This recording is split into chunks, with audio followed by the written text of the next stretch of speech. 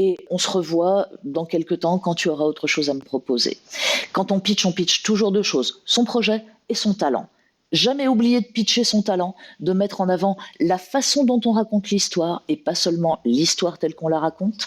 Amis du documentaire, si jamais vous m'écoutez, vous ne pitchez pas que votre sujet, vous pitchez votre point de vue, votre façon de raconter l'histoire.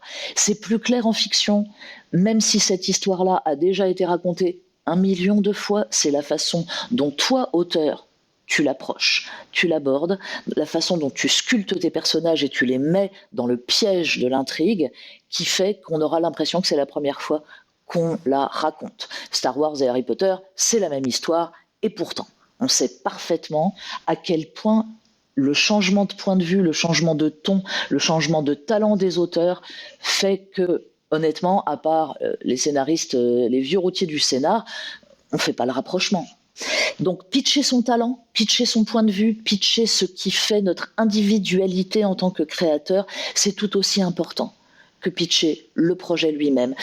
Parce que quand tu as fini ton pitch, on peut te dire, alors ce projet-là, non, pas pour moi du tout, mais enfin, si vous voulez, on peut travailler ensemble. Et ça, monsieur EDF qui vient avec ses factures tous les mois chez toi, il est très content que tu puisses le payer avec ton travail d'auteur dans une room d'un projet que tu n'avais pas prévu.